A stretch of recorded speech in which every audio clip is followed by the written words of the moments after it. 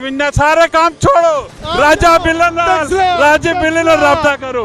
राजा बिल्ला तुसा सारे राह दसी अगर तुसा काम कारोबार करना चाहते हो राजे बिल्ले साहब और आई आखा है कि हर एतवारे 2 लाख रुपया बचना भी है। गला कर सर जी खरिया साहब सचिया ते सुचिया अस्सलाम वालेकुम। मेरा नाम है कामरान अहमद। अक्सर आप मुझे फेसबुक यूट्यूब इंस्टाग्राम टिकटॉक में देखते रहते हैं।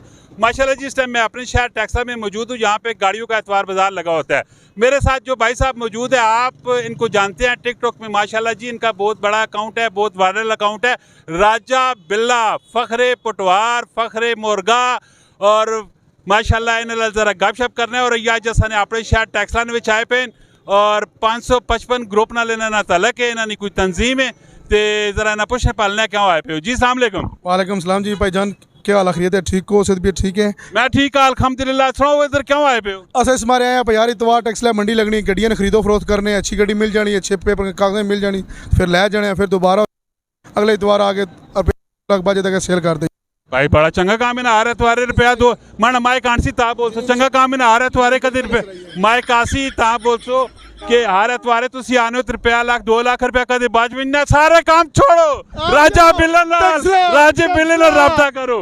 राजा बिल्ला तुसा सारे राह दसी इंशाल्लाह जी सारे भरा तावन करो और बंदियां दी पहचान होवे सो पेपर नहीं पता होना चाहिए। कल जिस टाइम तुसी गड्डी किन्ने हो भाई ने कहा मैं वीडियो बनाना कल इन्हें भाई ने मगर होए हो भाई अपनी पेपर तसली करो 15 चेक करो बायोमैट्रिक होनी चाहिए। कल कोई गड्डी से परेशानी ना हो क्योंकि गड्डियां लोगों ने नॉन कस्टम है कटन वेल्ड होनी 100 परेशानी होनी लेकिन तुहानू टेंशन ना हो भाई ने रोजगार नजरिया बनाया हुआ तुम लोगों की राह दसने भाई टैक्स ले इतवार आओ अच्छी से अच्छी चीज़ खरीदो और अपनी पहचान नाल खरीदो। बहुत शुक्रिया भाईजान, मेहरबानी। राजा बिल्ला साहब एक मिनट ठहरो हुण तुसी और भी 2-4 गल्लां तो सलाल कर रहे हैं।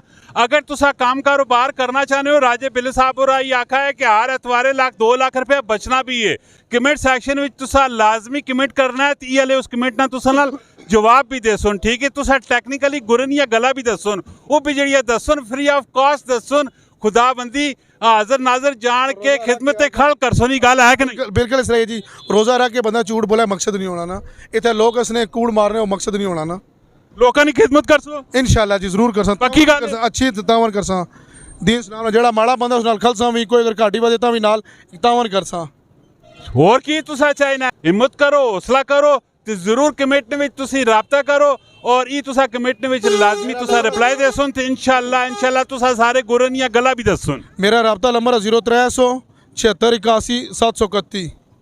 इंशाल्लाह जी फिर इसी तरह नहीं इन्फॉर्मेटिव दिलचस्प किस्म की वीडियो आनी रहनी जरूर असन पेज लाइक करो यूट्यूब चैनल सब्सक्राइब करो कमेंट सेक्शन में अपनी राय दो। मिलना है नेक्स्ट वीडियो फी अमान अल्लाह। पाकिस्तान जिंदाबाद।